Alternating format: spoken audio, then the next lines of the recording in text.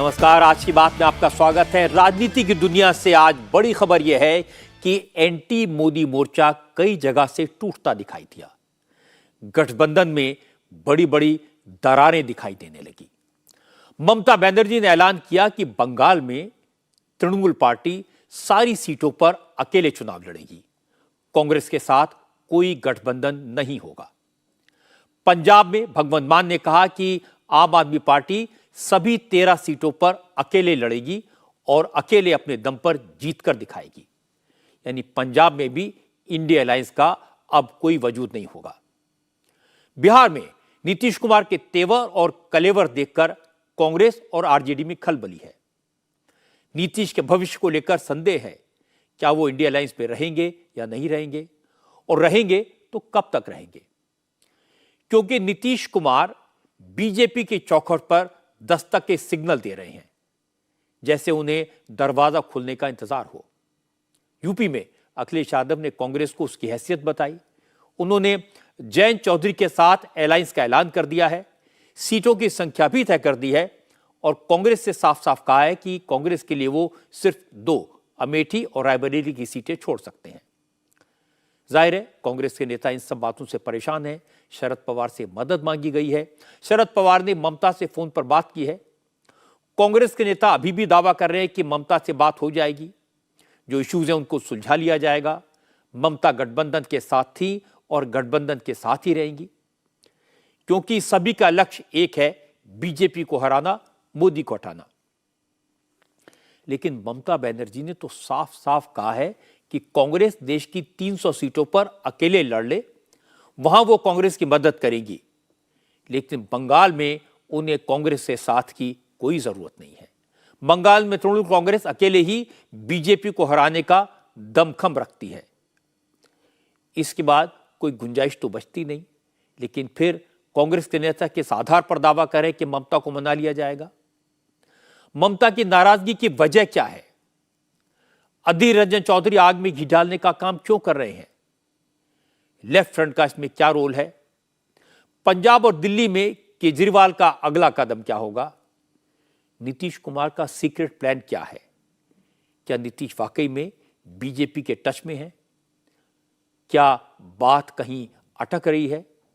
BJP फूंक फूंक कर कदम क्यों रख रही है? आज इन सारे सवालों की चर्चा करेंगे आज की बात में। शुरुआत करते हैं बंगाल से। कल राहुल गांधी की न्याय यात्रा बंगाल पहुंचने वाली है और आज ममता बनर्जी ने कांग्रेस नेताओं को टेंशन में डाल दिया जब उन्होंने कहा कि राहुल की यात्रा बंगाल में कब आ रही है, यात्रा का रूट क्या है, राहुल का प्रोग्राम क्या है, इसकी उन्हें कोई जानकारी नहीं है। ममता बनर्जी ने कहा कांग्रेस ने इसके बारे में उनसे कोई बात नहीं की, न उन्हें यात्रा में शामिल होने का न्योता दिया गया, इसलिए वो राहुल की न्याय यात्रा में शामिल कैसे हो सकती हैं? कांग्रेस के नेताओं के लिए यह झटका काफी था। लेकिन इसके बाद ममता बनर्जी ने एक और बड़ा झटका दिया। ममता ने ऐलान कर दिया कि बंगाल में उनकी पार्टी सारी सीटों पर अकेले चुनाव लड़ेगी, किसी के साथ कोई तालमेल, कोई अलायंस नहीं होगा। ममता ने कहा कि गठबंधन में रहने के बारे में फैसला वो बाद में करेंगी। ममता ने लगातार यह भी बता दिया कि वो एकला चलो के मंत्र को फॉलो करने के लिए मजबूर क्यों हुई। ममता ने कहा वो कांग्रेस के रवैये से नाराज हैं। कांग्रेस की लीडरशिप ने उनका कोई सुझाव नहीं माना, अलायंस में उनकी कोई बात नहीं सुनी गई। ममता ने कहा उन्होंने कांग्रेस लीडरशिप से कहा था कि कांग्रेस देश भर में 300 सीटों पर चुनाव लड़ ले, बाकी सीटों पर उन रीजनल पार्टीज को लड़ने दें जो अपने अपने इलाकों में मजबूत हैं। लेकिन कांग्रेस का रवैया ठीक नहीं है। ममता ने कहा कि गठबंधन का पार्टनर होने के बावजूद उन्हें राहुल गांधी की यात्रा में इनवाइट करने की कर्टसी तक कांग्रेस ने नहीं दिखाई। लेकिन इसके बाद ममता ने एक नया दांव चला। उन्होंने एक नए राजनीतिक समीकरण की बात की। कहा रीजनल पार्टीज एक साथ रहेंगी। अब कांग्रेस ये तय कर ले कि वो इन राज्यों में दखलंदाजी करना चाहती है या नहीं, क्योंकि अगर कांग्रेस ऐसा नहीं करती है, गठबंधन के स्वरूप पर फिर से विचार करना होगा। ममता बनर्जी कोलकाता से बर्धमान जिले की तरफ जा रही थी। ममता ने हेलीपैड से पहले सड़क पर काफिला रोका, गाड़ी से उतरी और सड़क पर खड़े होकर मीडिया को अपना फरमान सुना दिया। बड़ी बात यह कि ममता से इसके बारे में किसने कोई सवाल नहीं पूछा था, कैमरे और माइक भी नहीं लगे थे, लेकिन ममता मन बनाकर घर से निकली थी, तय करके निकली थी कि उन्हें आज क्या कहना है, और उन्होंने अपने अंदाज में वही कहा, वही किया। कांग्रेस पार्टी के साथ मेरी कोई चर्चा नहीं हुई है। मैंने प्रस्ताव दिया था लेकिन उन्होंने ठुकरा दिया।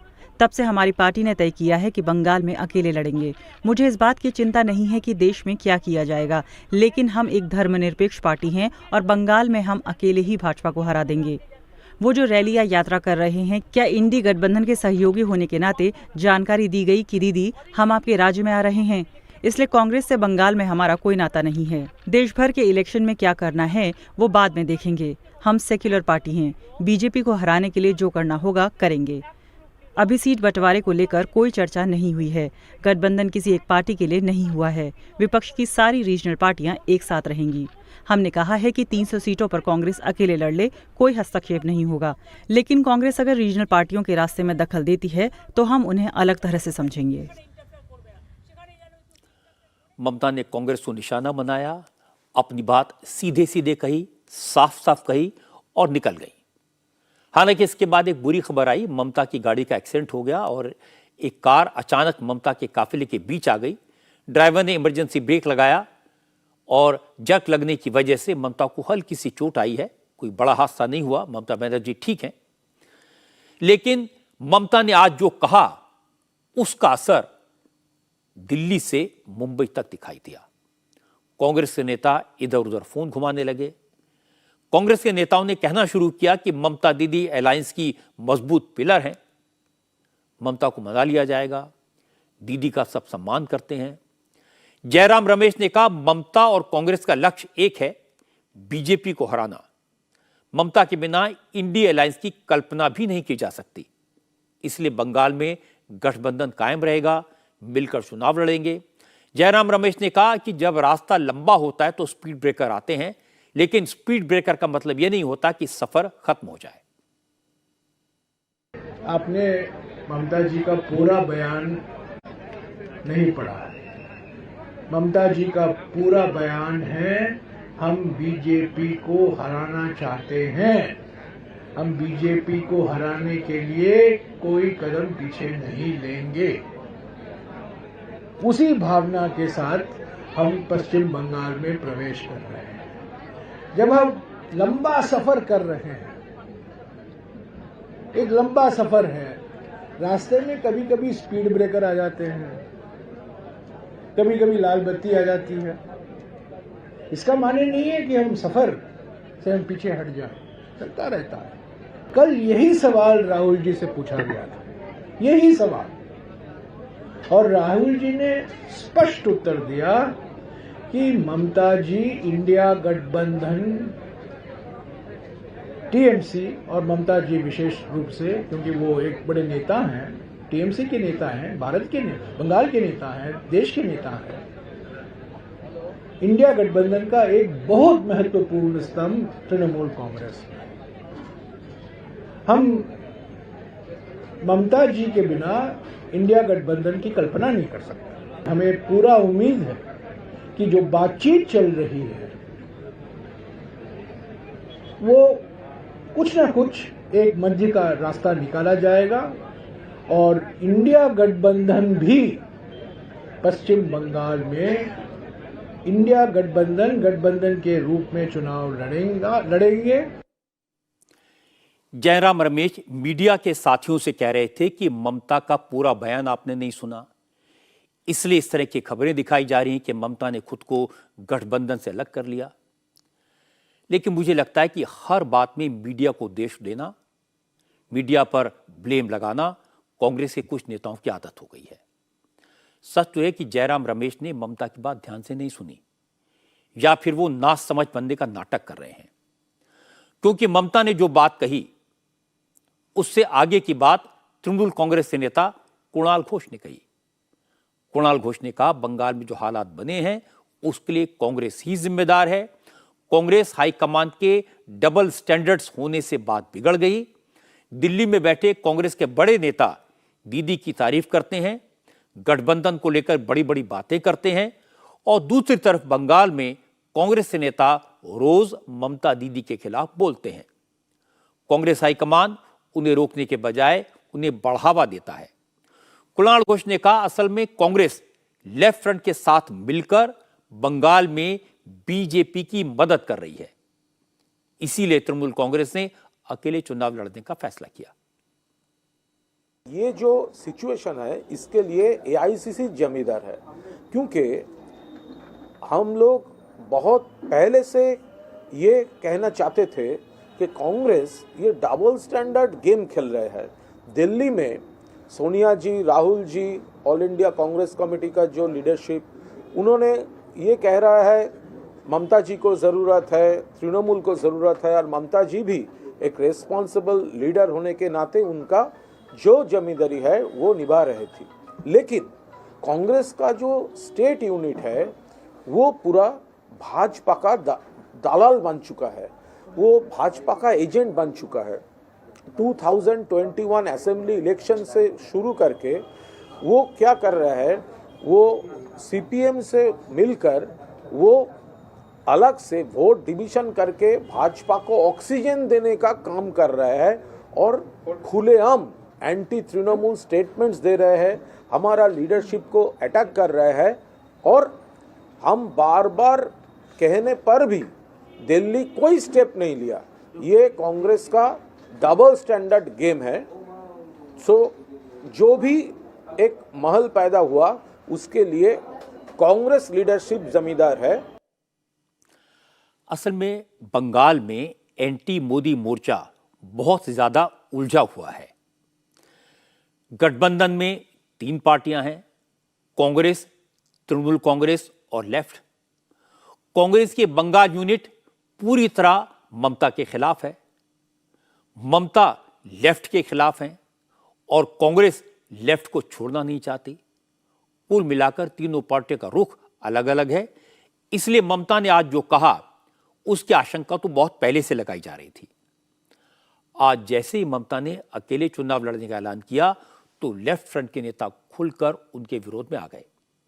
सीपीएम के नेता मोहम्मद सलीम ने कहा, ममता तो शुरू से बीजेपी के साथ हैं, उन्होंने बीजेपी की मदद करने के लिए ही कांग्रेस तोड़कर तृणमूल कांग्रेस बनाई थी, फिर एनडीए में चली गई, बीजेपी के साथ रही, उसके बाद बीजेपी की मदद से बंगाल में लेफ्ट फ्रंट को कमजोर किया, अब वो फिर बीजेपी को मजबूत करने के काम में लगी हैं।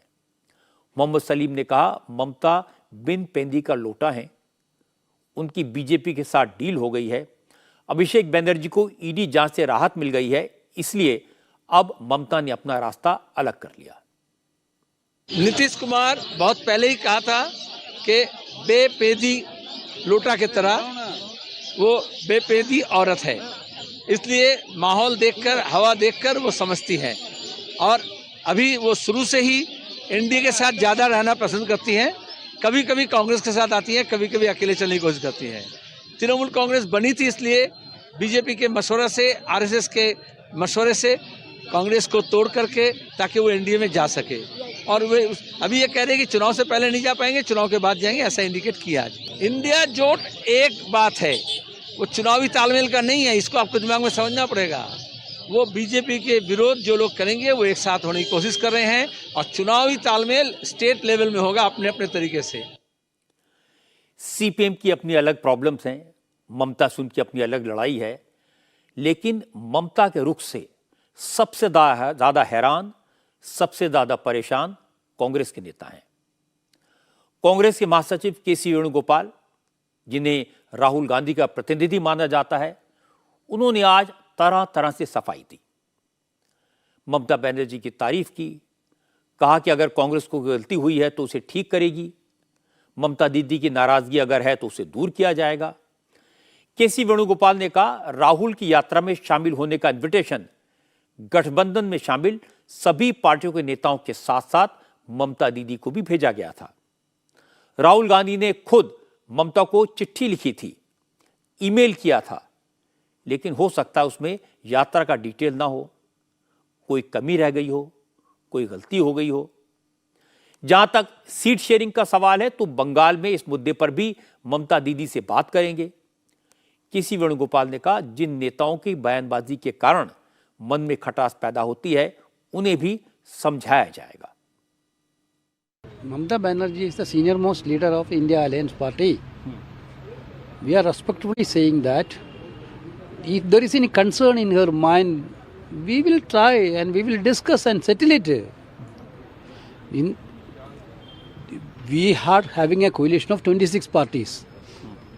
Here and there may be some issues. Finally, we will solve every issues. Today, I think that Mamata ji told about the Yatra also, Bharat Jodo Nyaya Yatra also. She's not been involved. But on 15, the Congress president wrote a letter to Mamata ji. Not only Mamata ji, all the 26 parties in the India Alliance. And on the same day, Rahul Gandhi ji also wrote a letter to Mamata ji. There may be some specific details may be missing in that letter. That I also agree. Where it is coming, when it is coming to Bengal or like this. That miscommunication may be happened from our side also. We are ready to address that things. If any concern is there in Mamata ji's mind, we are ready to remove that concern also. We will go together only. Don't worry. Our Mamata ji's aim, what is the aim of Mamata ji?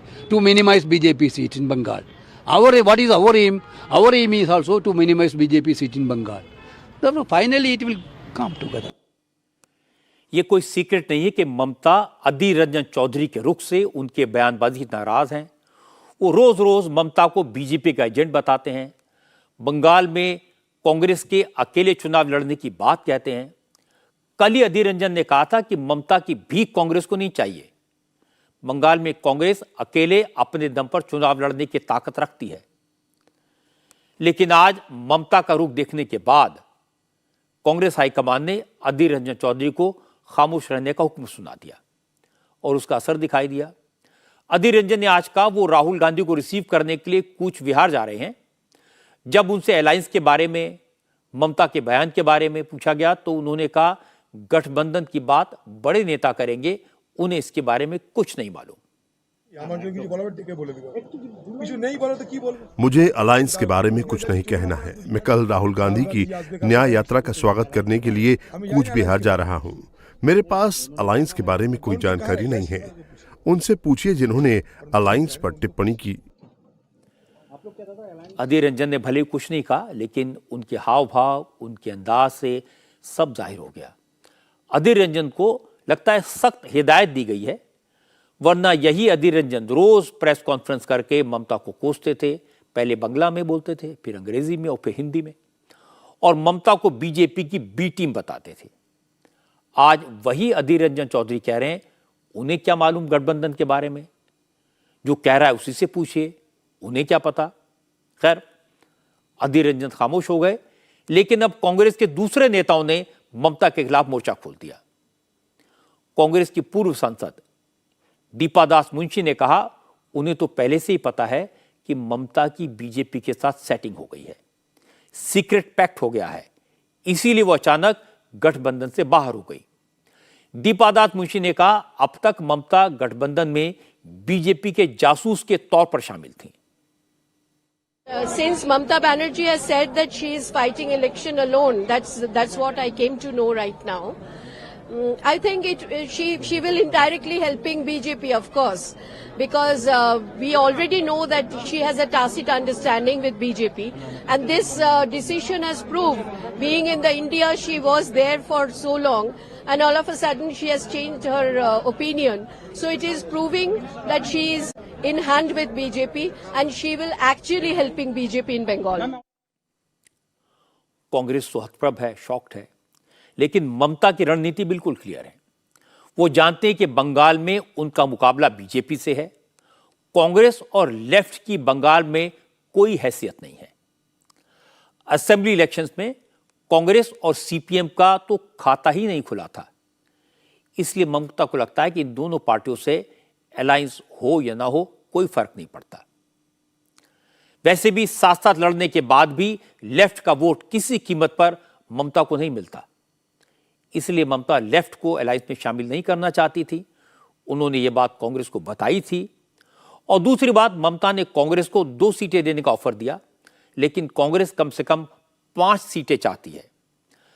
Adhir Ranjan Chaudhary इसीलिए ममता पर दबाव बना रहे थे। Congress leadership को उन्होंने समझाया कि 2 सीटें तो कांग्रेस अपने दम पर जीत जाती। अगर कांग्रेस को 2 सीटें ही मिलनी हैं तो ममता के साथ अलायंस की क्या जरूरत है। इसीलिए कांग्रेस के नेता दिल्ली में बैठे बैठे दीदी का सम्मान करने के दावे कर रहे थे और कोलकाता में अधीर रंजन को ममता के खिलाफ बयान देने की छूट दी हुई थी। अब अधीर रंजन चुप हुए तो दीपा दास मुंशी ने ममता को बीजेपी का एजेंट बता दिया। जाहिर है ममता नाराज तो होंगी। ममता ने कांग्रेस के नेताओं को अधीर रंजन को पार्टी से बाहर करने की मांग की थी, उनके खिलाफ एक्शन लेने की मांग की थी। लेकिन अगर कांग्रेस अधीर रंजन के खिलाफ एक्शन ले लेगी तो उसके पास बंगाल में लीडरशिप के नाम पर कुछ नहीं बचेगा। और इस हालात में जो होना था वही हुआ। ममता ने फैसला कर लिया, एकला चलो के मंत्र पर चलेंगी। और अब कांग्रेस कितनी भी कोशिश कर ले, ममता अपना रास्ता बदलें, यह मुश्किल लगता है। अब बस इतना हो सकता है कि कांग्रेस ममता की सारी शर्तें मान जाए, ममता की सारी बातें मान जाए, तो शायद ममता कांग्रेस के लिए 2 सीटें छोड़ दें। कांग्रेस के लिए बुरी खबर पंजाब से भी आई। आज पंजाब के मुख्यमंत्री भगवंत मान ने साफ साफ लफ्जों में कहा कि पंजाब में आम आदमी पार्टी सारी की सारी सीटों पर अपने उम्मीदवार उतारेगी, अकेले लड़ेगी और जीतेगी। भगवंत मान ने कहा बंगाल में हो सकता है ममता बनर्जी शायद मान भी जाएं, लेकिन पंजाब में वो नहीं मानेंगे। तय हो गया है कि कांग्रेस और आम आदमी पार्टी का गठबंधन नहीं होगा। आम आदमी पार्टी 13 की 13 सीटों पर चुनाव लड़ेगी। भगवंत मान ने कहा उनकी पार्टी ने तैयारी पूरी कर ली है, अब तो बस उम्मीदवारों का ऐलान होना ही बाकी है। कितनी बार कहलाओगे मेरे से ये?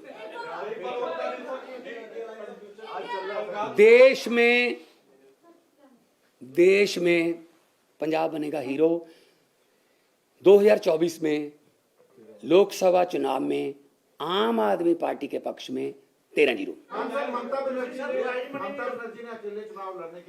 देखो ये तो उनका काम है, ये ममता नहीं कोई बात नहीं, वो हो सकता है कोई उनके साथ बातचीत चल रही हो उस लेवल पे, लेकिन पंजाब में हम ऐसा नहीं करने वाले। पंजाब में कांग्रेस से हमारा नहीं जा रहे। अपने ਜਿਹੜੇ ਲੋਕ ਸਭਾ ਦੇ 13 ਸੀਟਾਂ ਦੇ ਜਿਹੜੇ ਸਾਡੇ ਵਲੰਟੀਅਰ ਨੇ ਜਾਂ ਜਿਹੜੇ ਸਾਡੇ ਉਮੀਦਵਾਰ ਹੋ ਸਕਦੇ ਨੇ ਉਹਨਾਂ ਬਾਰੇ ਅਸੀਂ ਡਿਸਕਸ ਕੀਤਾ। ਲਗਭਗ 40 ਦੇ ਨਾਮ ਨੇੜੇ ਤੇੜੇ ਨਾਮ ਹਰ ਕੰਸਟੀਚੁਐਂਸੀ ਚੋਂ 3 ਕਈਆਂ ਚੋਂ 4 ਵੀ ਨੇ, ਕਈਆਂ ਚੋਂ 1 ਵੀ ਹੈ। ਜਿਵੇਂ ਜਲੰਧਰ ਹੈ ਉਹ ਤਾਂ ਸਿਟਿੰਗ ਹੈ ਸਾਡਾ। ਸੋ ਅਸੀਂ 40 ਕਰੀਬ ਦੇ ਨਾਮ ਅਸੀਂ ਰੱਖੇ ਨੇ।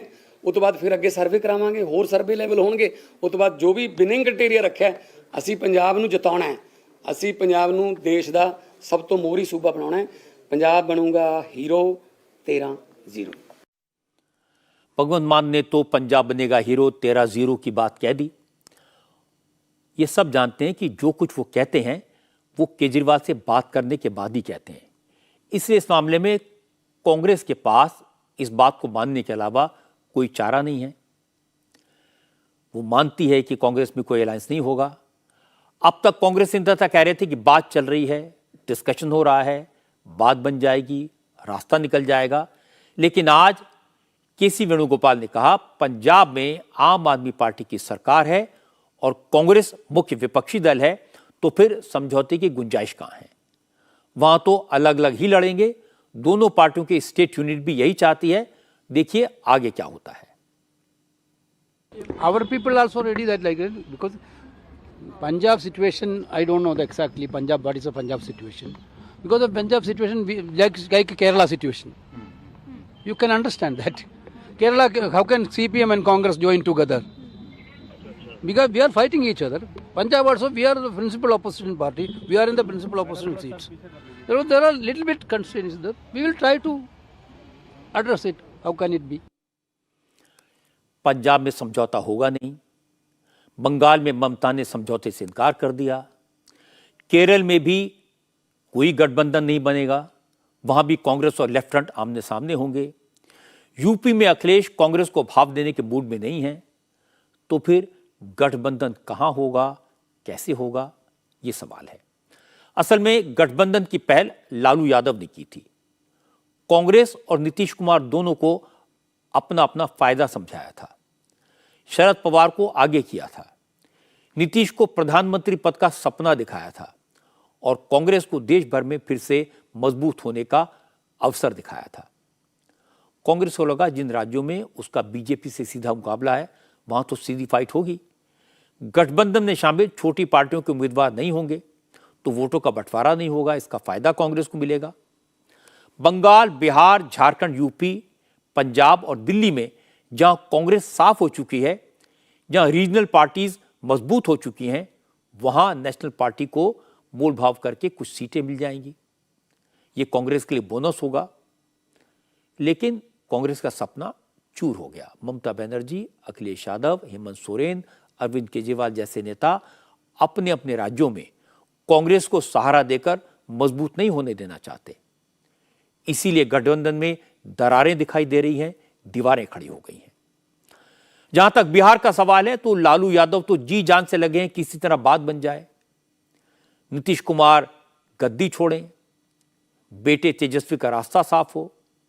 लेकिन अब नीतीश को समझ आ गया कि उन्हें न तो प्रधानमंत्री पद का उम्मीदवार बनाया जाएगा, न गठबंधन का कन्वीनर बनाया जाएगा, उन्हें लटकाया और अटकाया जाएगा। इसलिए अब वो तरह तरह की बातें कर रहे हैं। पिछले 24 घंटे में नीतीश कुमार ने जिस तरह के बयान दिए हैं, उसके बाद ये चर्चा जोरों पर है कि नीतीश कुमार कभी भी पाला बदल सकते हैं, फिर से पलटी मार सकते हैं। असल में जननायक कर्पूरी ठाकुर को भारत रत्न से सम्मानित करने के प्रधानमंत्री नरेंद्र मोदी के फैसले के बाद बिहार की राजनीति में तूफान आ गया, बदलाव के संकेत मिले। मुख्यमंत्री नीतीश कुमार, जो कभी नरेंद्र मोदी का नाम तक नहीं लेते थे, वो नीतीश कुमार कल से घूम घूम कर नरेंद्र मोदी को धन्यवाद कहते सुनाई दे रहे हैं। नीतीश कुमार ने कहा, सिर्फ केंद्र सरकार और नरेंद्र मोदी धन्यवाद के काबिल नहीं है। उन्होंने इशारों इशारों में कांग्रेस और लालू यादव पर हमला भी किया। इसलिए यह अटकलें लगाई गई कि पर्दे के पीछे कुछ तो हो रहा है, नीतीश कुमार का रुख कुछ तो बदल रहा है। असल में आज बिहार के पूर्व मुख्यमंत्री जननायक स्वर्गीय कर्पूरी ठाकुर की 100वीं जयंती है। केंद्र सरकार ने इस मौके पर बड़े बड़े आयोजन किए। बिहार में नीतीश कुमार की सरकार ने भी इस मौके पर कर्पूरी ठाकुर की याद में कार्यक्रम किया। नीतीश कुमार पहले समस्तीपुर जिले में कर्पूरी बाबू के गांव कर्पूरी ग्राम गए, फिर पटना में कर्पूरी ठाकुर की जयंती पर जेडीयू के प्रोग्राम में शामिल हुए। आज आरजेडी ने कर्पूरी ठाकुर के सम्मान में अलग प्रोग्राम किया था। बीजेपी ने भी बड़ा कार्यक्रम किया। सब कर्पूरी ठाकुर को अपना आइडियल, अपना आदर्श और खुद को कर्पूरी ठाकुर का असली अनुयायी बता रहे थे। लेकिन सबकी नजरें नीतीश कुमार पर थी, क्योंकि कल जब कर्पूरी ठाकुर को भारत रत्न देने का ऐलान हुआ तो पहले नीतीश कुमार ने ट्विटर पर इस फैसले का स्वागत किया, केंद्र सरकार की तारीफ की। इसके बाद नीतीश ने अपने ट्वीट को एडिट किया और उसमें प्रधानमंत्री नरेंद्र मोदी का नाम जोड़ा, मोदी को थैंक यू कहा। जाहिर है लोगों के कान खड़े हो गए। इसके बाद आज नीतीश कुमार समस्तीपुर पहुंचे, कर्पूरी ठाकुर को श्रद्धांजलि दी। फिर पटना के कार्यक्रम में नीतीश कुमार ने एक बार फिर मोदी सरकार की तारीफ की। यहां तक तो ठीक था, लेकिन इसके बाद नीतीश कुमार ने कांग्रेस और आरजेडी को लपेट लिया। कहा केंद्र में कांग्रेस की सरकार रही उस वक्त भी वो कर्पूरी ठाकुर को भारत रत्न देने की मांग करते रहे, लेकिन कांग्रेस की सरकार कर्पूरी ठाकुर को यह सम्मान नहीं दे पाई। और इसके बाद नीतीश ने परिवारवाद के सवाल पर लालू और सोनिया गांधी को लपेटा। नीतीश कुमार ने कहा कि कर्पूरी ठाकुर ने अपने जीते जी अपने परिवार के लिए कुछ नहीं किया, कभी परिवार को आगे नहीं बढ़ाया। वो भी कर्पूरी ठाकुर के राह पर चल रहे हैं। उन्होंने भी परिवारवाद को बढ़ावा नहीं दिया, अपने बेटे को कभी आगे नहीं बढ़ाया। अब आप जानिए ना, उनको भारत रत्न प्रदान करने के लिए तो हम तो शुरू से कह रहे हैं। आप अगर देखिएगा तो जब हम लोगों की सरकार बनी है 2005 में, तो 2006 के बाद 2007 से लेकर के आई 2023 तक हर साल, पहले कांग्रेस की सरकार या और की सरकार, बाद में अभी जो सरकार है, इन सब लोगों को हम अनुरोध करते रहे, लिखते रहे कि भाई जननायक कर्पूरी ठाकुर जी का भारत रत्न प्रदान किया जाए। अभी लोग नहीं करते थे, लेकिन कल कर दिया है, तो मुझे खुशी है। मैं इसके लिए केंद्र सरकार को और प्रधानमंत्री जी को भी मैं बधाई देता हूं कि उन्होंने स्वीकार कर लिया। अब पता चल गया है कि जननायक कर्पूरी ठाकुर जी का काम इतना तेजी से हुआ और हम लोग शुरू से ही उनके काम को आगे बढ़ाने के लिए जितना काम किए हैं, तब सबको लगने लगा है कि अगर उनकी इज्जत करेंगे तभी जाकर के उनको भी कुछ मिल सकता है। आप ये सब चीज मत कहिएगा कि हम लोगों की मांग थी, आप खुद कहिएगा कि वही कर दिए हैं, लेकिन तब भी आपको हम बधाई देते। आज जननायक कर्पूरी ठाकुर जी अपने किसी परिवार को कुछ करते थे। आजकल लोग परिवार का लोग कितना करते रहता है, नेता बनता है। और जब उतने बड़े नेता थे, वो अपने किसी लड़के को करने नहीं तो चले गए, तभी हम इनको, जो रामनाथ ठाकुर जी को, जब वो चले गए तो हम ही लोग रामनाथ ठाकुर जी को आगे बढ़ाए। जननायक कर्पूरी ठाकुर जी कभी भी अपने परिवार को नहीं बढ़ाए। और एक ही बात जान लीजिए कि जननायक कर्पूरी ठाकुर जी से ही सीख करके हमने भी अपने किसी परिवार को आज तक नहीं बढ़ाया है। अब परिवारवाद का निशाना किस पर था ये तो बताने की जरूरत नहीं है। जिस मंच से नीतीश कुमार भाषण दे रहे थे वो जेडीयू का कार्यक्रम था। उस मंच पर कर्पूरी ठाकुर के बेटे रामनाथ ठाकुर मौजूद थे। रामनाथ ठाकुर को नीतीश कुमार ने अपनी पार्टी से राज्यसभा का मेंबर बनाया है, इसलिए रामनाथ ठाकुर ने कर्पूरी ठाकुर को भारत रत्न मिलने का सारा क्रेडिट नीतीश कुमार को दिया और उन्होंने यहां तक कहा कि वो तो चाहते हैं कि नीतीश कुमार देश के प्रधानमंत्री बने। सबसे पहले मैं अपनी तरफ से और आप सबों की तरफ से भाई नीतीश कुमार जी को अभिनंदन करते हैं, स्वागत करते हैं कि उन्होंने 1988 से लेकर अभी तक जो संघर्ष किया और जननायक कर्पूरी ठाकुर को भारत देने की मांग की, विधानसभा से, विधान परिषद से, और हर एक वर्ष जननायक कर्पूरी ठाकुर जी के जन्म दिवस पर जो मांग की, अंततः 36 वर्षों के बाद भारत सरकार ने इस भारत रत्न देने का काम किया। मैं अपनी तरफ से और आप सबों के तरफ से भारत सरकार की कृतज्ञता ज्ञापित करता हूं। 2024 में जो महाभारत होने वाला है, उस महाभारत में आप सभी लोग सम्मिलित हो और भाई नीतीश कुमार को हाथ को मजबूत करने का काम करें और दिल्ली की गद्दी पर उन्हें प्रधानमंत्री के रूप में बैठाने का काम करें। कर्पूरी ठाकुर के एक बेटे रामनाथ ठाकुर को तो नीतीश कुमार ने पहले अपनी सरकार में मंत्री बनाया, फिर उन्हें राज्यसभा का मेंबर बनाया। लेकिन कर्पूरी ठाकुर के दूसरे बेटे वीरेंद्र ठाकुर सरकारी डॉक्टर थे। रिटायर होने के बाद आज भी छोटे से फ्लैट में जिंदगी गुजार रहे हैं। वीरेंद्र ठाकुर का परिवार भी कर्पूरी ठाकुर को भारत रत्न से सम्मानित किए जाने पर खुश है, लेकिन वीरेंद्र ठाकुर ने इसका पूरा क्रेडिट नरेंद्र मोदी को दिया और साफ साफ कहा इस फैसले का फायदा बीजेपी को जरूर मिलेगा। अब आपको क्या लगता है कि कर्पूरी ठाकुर को भारत रत्न देने के बाद जो आगे की राजनीति है उसमें बीजेपी को इसका क्या लाभ मिल सकता है? बीजेपी के तो लाभ मिलेगा ही, लेकिन वो लाभ तो सब लोगों को मिलना चाहिए पार्टी के दृष्टिकोण से। लेकिन नरेंद्र मोदी जी इसके बहुत उनको बहुत बहुत धन्यवाद हम देते हैं कि उन्होंने ये कदम उठाया। लेकिन आज तेजस्वी यादव संभल कर बोले। नीतीश ने परिवारवाद पर निशाना साधा, नरेंद्र मोदी की तारीफ की, लेकिन लालू की पार्टी ने इन दो बातों का कोई जवाब नहीं दिया। कर्पूरी जयंती पर आरजेडी ने अपना कार्यक्रम अलग से किया, जिसमें तेजस्वी यादव पहुंचे। तेजस्वी ने कहा कि कर्पूरी ठाकुर को भारत रत्न देने की मांग तो सारे समाजवादी नेता कर रहे थे, इसलिए इसका क्रेडिट तो सबको जाता है।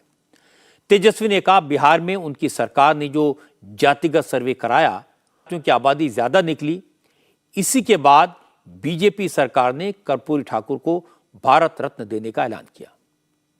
देश की लड़ाई तो हम लोग लगातार लड़ते रहे और कई अवसर पर कभी भी कई अवसर पर इसकी मांग रखी गई।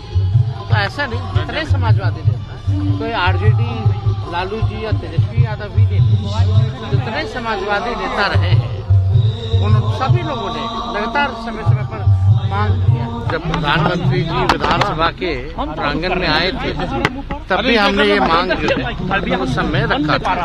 तो बड़ी खुशी की बात है कि जो शोषित वंचित समाज के जो सबसे बड़े पैरोकार जो रहे, बिहार के पूर्व मुख्यमंत्री, बड़े समाजवादी नेता स्वर्गीय कर्पूरी ठाकुर जी को भारत रत्न जो है मिला है, तो इससे बहुत ही खुशी की बात है। लेकिन इसका असर कहीं ना कहीं पॉलिटिकली ये भी देखा जाएगा कि जो हम लोगों ने जाति आधारित गद्दा जो कराया और जो संख्या बाद में जो निकल के आई, उसके बाद ही जो भारत सरकार को जो है इस पर निर्णय लेना पड़ा। खैर जो भी बात हो, लेकिन भारत रत्न मिला है तो इसका हम लोग जो है खुशी मनाते हैं। और हम लोग तो कांशी राम जी को भी बोलते हैं कि भारत रत्न मिलना चाहिए। अच्छा होता साथ में काशी राम जी को भी मिल जाता तो और भी अपार खुशी होती।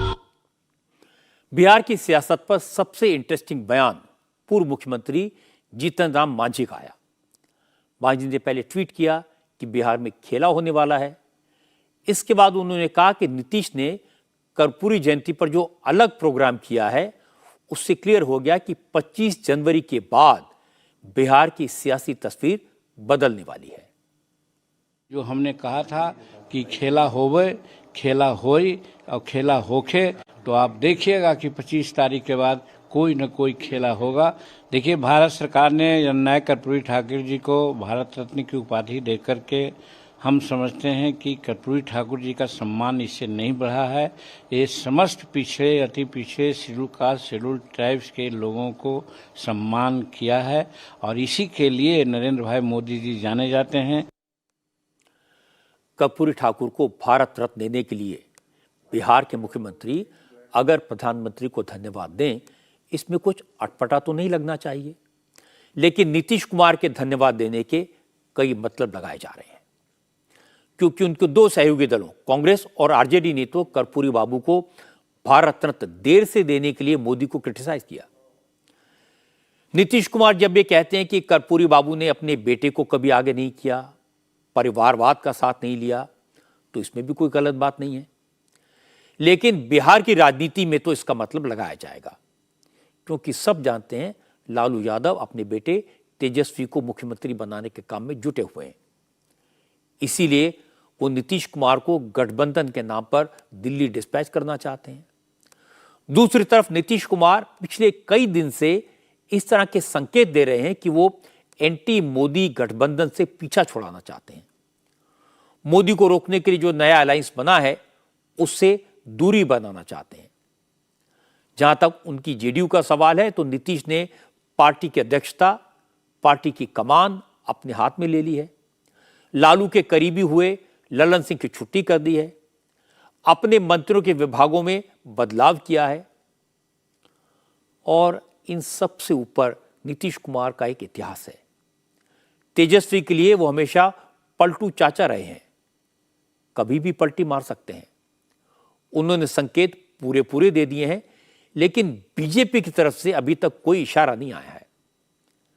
बीजेपी के लोग अभी असेस कर रहे हैं कि क्या नीतीश कुमार वाकई में मोदी के साथ आना चाहते हैं, या ऐसे संकेत देकर लालू पर प्रेशर बनाकर फायदा उठाना चाहते हैं। इसलिए बिहार में गठबंधन का क्या होगा, कौन किसके साथ रहेगा, ये कंफर्म होने में अभी टाइम लगेगा। अब मैं आपको अयोध्या में आज हुए रामलला के दर्शन का नजारा दिखाता हूं। आज भी अयोध्या में लाखों राम भक्तों ने रामलला के दर्शन किए।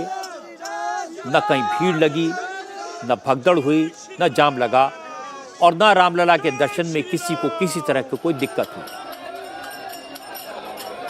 कल राम भक्तों की भीड़ के सामने सारे इंतजाम फेल हो गए थे, लेकिन योगी आदित्यनाथ पहुंचे, अफसरों की क्लास ली और आज सब कुछ स्ट्रीमलाइन हो गया। व्यवस्था चाक चौबंद है, भीड़ को काबू में करने के सारे इंतजाम हैं, जगह जगह पुलिस और रैपिड एक्शन फोर्स के जवान तैनात हैं। बड़े बड़े अफसर खुद एक एक चीज को मॉनिटर कर रहे हैं और सुबह से ही श्रद्धालुओं को लाइन में अंदर भेजा जा रहा है। मंदिर कैंपस के बाहर से ही लाइन लगवा दी गई है और उसका असर ये हुआ कि कहीं भी भीड़ इकट्ठा नहीं हुई। लोग बड़े आराम से अंदर जा रहे हैं और रामलला के दर्शन कर रहे हैं। पता ही चला कि सुबह से अब तक करीब 3 लाख भक्त रामलला के दर्शन कर चुके हैं।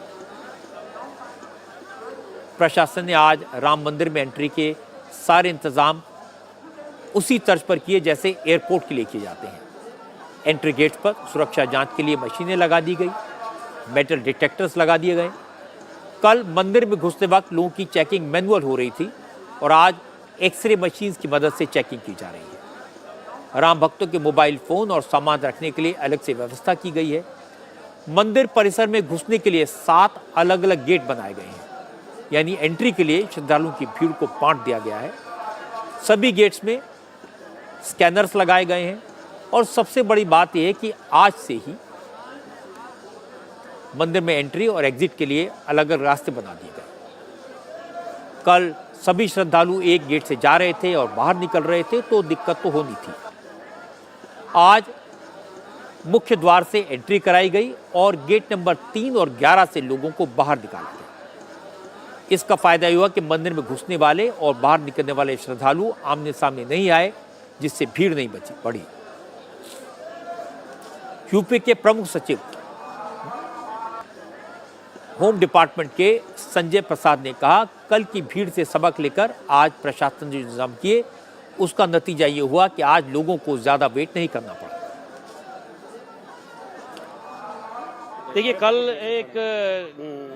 एक चीज देखी गई कि श्रद्धालुओं को थोड़ा वेट करना पड़ा था, क्योंकि संख्या बहुत ज्यादा थी। सुबह आपने भी देखा था, तो उससे माननीय मुख्यमंत्री जी ने उसका संज्ञान लिया। वो खुद यहाँ आए और उसके बाद सभी लोगों के साथ उन्होंने बातचीत की और तब ये एक इस पर रणनीति तय की गई कि क्यूइंग की व्यवस्था मंदिर के अंदर और मंदिर के बाहर और प्लस लोगों को अपना सामान रखने की व्यवस्था, इसको तत्काल लागू किया जाए और उसको रात में उसको फंक्शनल किया गया है।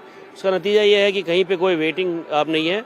किसी भी श्रद्धालु को मैं कह सकता हूँ कि कभी किसी भी श्रद्धालु को किसी तरह की कोई दिक्कत दर्शन करने में नहीं है। मंदिर के में दर्शन का टाइम दर्शन का टाइम अभी जैसे बताया गया कि अभी भोग के लिए जो है मंदिर थोड़ी थोड़ी देर के लिए 15-15 मिनट के लिए जब भोग लगाया जाएगा उस वक्त दर्शन बंद रहेगा। मंदिर में एंट्री बंद नहीं रहेगी। लोग जाएंगे मंदिर में, लेकिन उस समय भगवान का दर्शन नहीं हो पाएगा, तो लोग उस समय वेट करेंगे। फिर जब भोग के बाद फिर वो दर्शन लगातार जारी रहेगा। चूंकि कल अयोध्या में राम भक्तों की भीड़ ज्यादा थी, इसलिए आज भक्तों के लिए मंदिर सुबह 5:45 बजे से ही खोल दिया गया और रात 10 बजे तक खुला रहेगा। बीच में भोग प्रसाद के वक्त सिर्फ 15-15 मिनट के लिए 4 बार मंदिर के पट बंद किए जाएंगे। क्योंकि कल रात ही अयोध्या के बॉर्डर सील कर दिए गए थे, इसलिए आज भक्तों की संख्या में थोड़ी कमी आई। वीवीआईपी दर्शनों पर पूरी तरह पाबंदी लगा दी गई है। इसका असर दिखाई दिया। अयोध्या में बाहर से आने वाले वाहनों पर रोक लगा दी गई है। ट्रैफिक को अयोध्या के बाहर बाईपास कर दिया गया। इससे राम भक्तों को सड़कों पर चलने में आसानी हो गई। खुला रास्ता मिला। किसी को दर्शन करने में 1 घंटे से ज्यादा का वक्त नहीं लगा। आज लोगों को रामलला के दर्शन के लिए व्यवस्था अच्छी दिखी। सब कुछ व्यवस्थित था, भीड़ कंट्रोल में थी, तो लाइन में लगे लोगों के चेहरे खिल गए। पुणे से आए एक शंख दल ने तो लाइन में चलते चलते ही शंखनाद शुरू कर दिया। इस ग्रुप में 111 लोग हैं, जिसमें बच्चे, बुजुर्ग और महिलाएं सभी शंख बजाते हैं। इस शंख दल के लोगों ने बताया कि वो पूरा कार्यक्रम मनाकर निकले हैं। प्रयागराज और काशी से होते हुए अयोध्या पहुंचे हैं। आप लोग ये शंखनाद करते हुए कहाँ से आ रहे हैं? पूना महाराष्ट्र से। अच्छा, पूना महाराष्ट्र से आए हैं और शंख वदन का हमारा ग्रुप है। पुणे से आने के बाद प्रयागराज, काशी विश्वेश्वर, अब राम जन्मभूमि अयोध्या में आए, यहाँ पर शंखनाद करेंगे, भगवान का दर्शन लेंगे, आशीर्वाद लेंगे और आगे और कार्यरत रहेंगे। तरह के वाद्य यंत्र है, कौन कौन से यंत्र? हम शंख और संबल लेके आए हैं, इसको संबल बोलते हैं।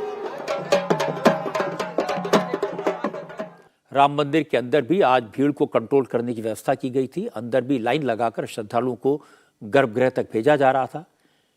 यहाँ पर Sanjay Prasad, DG law and order Prashant Kumar, ये सब लोग मौजूद थे और इन बड़े अफसरों के साथ साथ अयोध्या के कई अधिकारी क्राउड को मैनेज करते दिखाई दिए। सबसे बड़ी बात है कि यूपी के चीफ मिनिस्टर योगी आदित्यनाथ आज भी अयोध्या का पल पल का अपडेट ले रहे थे। योगी ने अफसरों से साफ साफ कहा कि हर राम भक्त को रामलला के दर्शन कराना हमारा कर्तव्य है। इसके लिए पर्याप्त इंतजाम किए जाएं, बुजुर्ग, महिलाओं और बच्चों पर विशेष ध्यान दिया जाए। अगर कोई दिव्यांग है या फिर चलने फिरने में अक्षम है तो उसके लिए व्हीलचेयर का इंतजाम किया जाए। योगी ने कहा, जो पुलिसकर्मी मंदिर के अंदर और बाहर तैनात हैं, राम भक्तों के प्रति उनका व्यवहार सम्मानजनक और मर्यादित होना चाहिए। अयोध्या पहुंचे किसी भी श्रद्धालु को किसी तरह की परेशानी ना हो, यह इंश्योर किया जाए। यूपी के DG law and order Prashant Kumar ने कहा, सरकार की तरफ से जो निर्देश दिए गए हैं उसका पूरी तरह से पालन किया जा रहा है। क्राउड कंट्रोल तथा बेहतर ट्रैफिक व्यवस्था, ये दो चीज़ें थी जो कल हम लोगों ने यहाँ आने के बाद से इसको सुनिश्चित कराई। शासन के निर्देश थे कि किसी भी यात्री को कोई असुविधा न हो, इसको सुनिश्चित कराया गया। और आज जो भी प्रबंध रात भर में विभाग अंतर विभागीय समन्वय से ट्रस्ट के साथ संपर्क बना के हम लोगों ने किया था, उसके बड़े अच्छे और सुखद परिणाम आपको खुद देखने को मिल रहे हैं कि कोई भी वेटिंग में क्यू नहीं है, कोई वेटिंग एरिया में आदमी को विथहोल्ड नहीं किया जा रहा है। सभी जो क्यू की जो कतारें थी, लोगों को निश्चित अपने क्यू में लगा दिया जा रहा है और अनवरत दर्शन चल रहा है। दर्शन के बारे में ट्रस्ट से ये बात हुई है कि भोग के समय 15-15 मिनट के लिए 2 बार इसको रोका जाएगा और पूरा दर्शन अबाधित तरीके से चलता रहेगा। अयोध्या में आज यूपी के अलावा बिहार, बंगाल, महाराष्ट्र, मध्य प्रदेश, गुजरात और दक्षिण भारत के कई राज्यों से आए लोगों ने रामलला के दर्शन किए। विदेशों से भी भक्त रामलला के दर्शन के लिए लगातार पहुंच रहे हैं। आज सभी लोग प्रबंधन को देखकर योगी आदित्यनाथ की तारीफ कर रहे थे। हालांकि लोगों ने शिकायत कल भी नहीं की थी, कहा था अगर 500 साल इंतजार किया है तो 50 साल और इंतजार कर सकते हैं। लेकिन कल जो तस्वीरें देखी थी उसके बाद उन्हें उम्मीद नहीं थी कि इतने आराम से और इतनी जल्दी रामलला के दर्शन हो जाएंगे। दर्शन की बहुत अच्छी सुविधा है और बहुत, जैसे कहा जाता है कि बहुत आदमी बोलता है बहुत भीड़ है, हम ये कहते हैं, आह्वान करते हैं कि आइए इस रामलला का दर्शन कीजिए। कुछ नहीं है, 2 घंटे में दर्शन है। बहुत बेहतर हुआ, बहुत बेहतर हुआ। क्यों, कल से पूरा फोन अलॉट दिया हुआ था, आज तो पूरा उधर सिक्योरिटी लगा हुआ है, फोन उधर छीन लिया, उधर रख दिया, फिर आने का टाइम समय में फोन अपना अपना दे दिया और अंदर जाने में भी कल से आज बहुत बेहतर हुआ। सीता माँ के मिथिला क्षेत्र से आया हुआ हूँ, बहुत ही अच्छा दर्शन हुआ है। इतनी व्यवस्थित तरीके का दर्शन कराया गया कि हम लोग आधे घंटे भी लाइन में नहीं लगेंगे मुस्लिम, और हमारा सुलभ दर्शन हो गया। बिल्कुल भी दिक्कत नहीं हुई, बिल्कुल आसानी से हुआ और ऐसा लगा साक्षात राम जी हैं। इसके लिए सब बोलते हैं जय श्री राम, जय श्री राम। हम बंगाल से आया है, हमारा कल स्टेशन से उतरने के बाद जो भीड़ था, पुलिस बहुत तरीके से उसको कंट्रोल किया, नहीं तो उधर ही कुछ धक्की मुक्की हो जा सकते थे। हम कोलकाता से आए हैं, दर्शन बहुत अच्छा हुआ, मंदिर में जाके बहुत मतलब मन खुश हो गया, जैसे स्वर्ग हो गया है। मैं ऑस्ट्रेलिया से आया हूँ। ऑस्ट्रेलिया से आप आए हुए हैं, कितना अच्छा लग रहा है यहाँ पहुँच करके? यहाँ पे बहुत चेंज हो गया है, मैं इसलिए यहाँ पे आया था, 3 दिन के लिए आया हूँ। बहुत अभी स्ट्रीमलाइंड हो गया है, कल बहुत ज्यादा क्राउड आ गया था, लेकिन अभी क्राउड यहाँ पे मैनेज कर पा रहे हैं, अच्छे से व्यवस्था हो पा रही है। व्यवस्था इतनी अच्छी है, किसी प्रकार की दुविधा नहीं है। पहले ऐसा नहीं होता था, जितना प्रशासन हम लोगों को अच्छे से दर्शन करा रही है। 12 घंटे के भीतर व्यवस्था इतनी सुधर जाएगी, इसकी कल्पना किसी को नहीं थी और इसके लिए योगी आदित्यनाथ की प्रशंसा की जानी चाहिए। अयोध्या जाकर रामलला के दर्शन के लिए लोगों में इतना जबरदस्त उत्साह होगा, इसकी कल्पना भी किसी को नहीं थी। सरकार का अंदाजा था कि साल भर में करीब 5 करोड़ लोग अयोध्या आकर भगवान राम के दर्शन करेंगे और ये संख्या वेटिकन सिटी आने वाले 90 लाख और मक्का में आने वाले 2.5 लाख जैसे रिलीजियस सिटीज में जाने वाले लोगों से कई गुना होगी। लेकिन अब लगता है कि अयोध्या में नया रिकॉर्ड बनेगा। आज प्रधानमंत्री मोदी ने अपनी कैबिनेट मीटिंग के दौरान मंत्रियों से कहा वो फिलहाल अयोध्या न जाएं, क्योंकि उनके जाने से आम श्रद्धालुओं के लिए मुश्किल होगी। इसी तरह जिन राज्यों में बीजेपी की सरकारें हैं, वहां के मुख्यमंत्रियों के लिए भी दिन तय कर दिए गए हैं। त्रिपुरा के चीफ मिनिस्टर अपनी कैबिनेट के साथ 31 जनवरी को रामलला के दर्शन करेंगे। उत्तर प्रदेश के मुख्यमंत्री योगी आदित्यनाथ और उनका पूरा मंत्रिमंडल 1 फरवरी को रामलला के दर्शन के लिए जाएगा। महाराष्ट्र की कैबिनेट के लिए 5 फरवरी और राजस्थान के लिए 12 फरवरी तय किया गया है। गुजरात के मुख्यमंत्री भूपेन और उनकी पूरी कैबिनेट 24 फरवरी को रामलला के दर्शन करने के लिए अयोध्या जाएगी। और ये सब इसलिए करना पड़ा क्योंकि देश और विदेश दोनों जगह से लाखों लोग जल्दी से जल्दी अयोध्या पहुंचना चाहते हैं, भव्य राम मंदिर को देखना चाहते हैं, रामलला के दर्शन करना चाहते हैं। इसका एक फायदा ये हो रहा है कि अयोध्या के टूरिज्म का विकास बहुत तेजी से होगा। अयोध्या नगरी का वैभव बहुत तेजी से बढ़ेगा। राहुल गांधी की न्याय यात्रा कल असम से बंगाल में एंटर करेगी। इससे जुड़ी एक इंटरेस्टिंग खबर आपको बताता हूं। असम के मुख्यमंत्री हिमंता बिस्वा शर्मा और राहुल गांधी के बीच आज तकरार का एक नया अंदाज देखने को मिला। हिमंता ने राहुल गांधी की स्पीच का एक छोटा सा हिस्सा ट्विटर पर शेयर किया और हिमंता ने लिखा, राहुल गांधी के आलू से सोना बनाने वाले बयान से जनता उबर भी नहीं पाई थी कि अब वो स्टोव में कोयला डालने के लिए कह रहे हैं। हिमंता ने इशारों में राहुल गांधी की मानसिक स्थिति पर सवाल उठा दिया। मैं आपको राहुल की स्पीच का वो हिस्सा सुना देता हूं जो हिमंता ने शेयर किया। सुबह उठते हो, चाय गरम करने के लिए स्टोव में कोयला डालते हो, उसको जलाते हो। अब राहुल के मुंह से हर दिन कुछ न कुछ ऐसा निकल जाता है जिसको लेकर बीजेपी के नेता उनका मजाक उड़ाते हैं और ऐसी बातें सोशल मीडिया पर बहुत वायरल होती हैं। हिमंता से उनकी तकरार पिछले 1 हफ्ते से चल रही है। आज मौका मिलते ही हिमंता ने उनके इस वीडियो को वायरल कर दिया।